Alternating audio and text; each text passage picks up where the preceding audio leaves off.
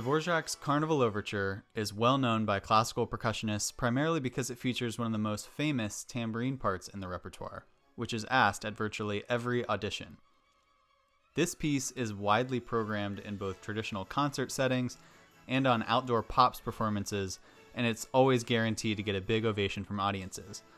Today, I'd like to focus some attention on the triangle part in this piece, equally as demanding as the tambourine part, but often overlooked in repertoire study.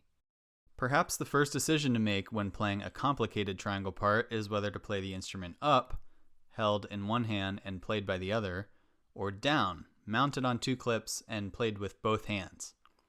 Typically, I make every effort to play the triangle up for increased projection and easier sight lines to the conductor. But in the case of this triangle part, I've decided to play it down in order to better execute all of the tricky rhythmic and articulation ideas I want to communicate. I want to emphasize that when you prepare this part, you really should practice it both ways so that you can easily adjust to the ensemble tempo, dynamics, and acoustics of the room if necessary. Now, if you've studied the tambourine part, chances are you've experimented with some added phrasing in the main theme at the beginning of the piece. I like to do this too, but let's make sure we don't overdo it. Too much liberty with the dynamics will cause it to sound strange and overly complicated. Keep everything within the forte dynamic and just try to gently follow the melody line, like this.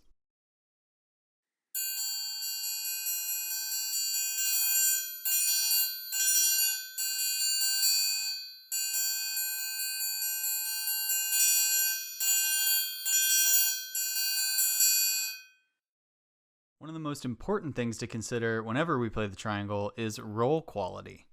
Since I'm playing with both hands, I'll be using an alternating single stroke roll. For all of the half note length rolls, I play 6 strokes, beginning and ending on my dominant right hand. This helps me stay in time and keep my hands evenly spaced. In order to give the roll a nice musical shape, I weight the attack by playing the first 2 strokes slightly louder, and then lift off of the release by playing the last note slightly softer and lighter. Note how I quickly mute the instrument with my left hand after each roll release. Your muting hand has to move quickly, jumping back into playing position for each roll.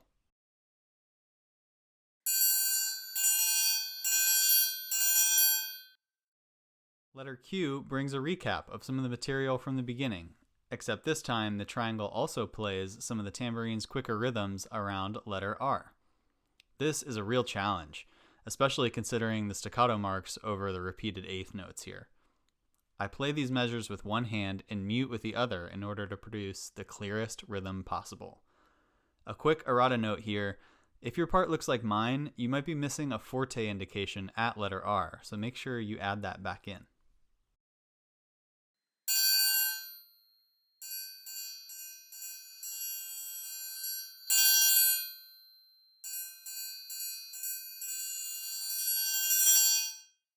My final suggestion is to avoid rolling too fast or too aggressively in the long, sustained whole notes from letter T to the end.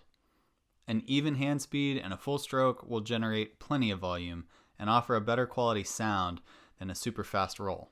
Make sure to match the note lengths of the cymbal player and the orchestra as a whole, and save a little gas for those fun final measures.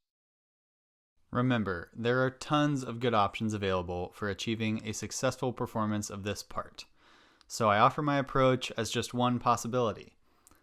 I'll leave you with my rendition of the triangle highlights from Dvorak's Carnival Overture.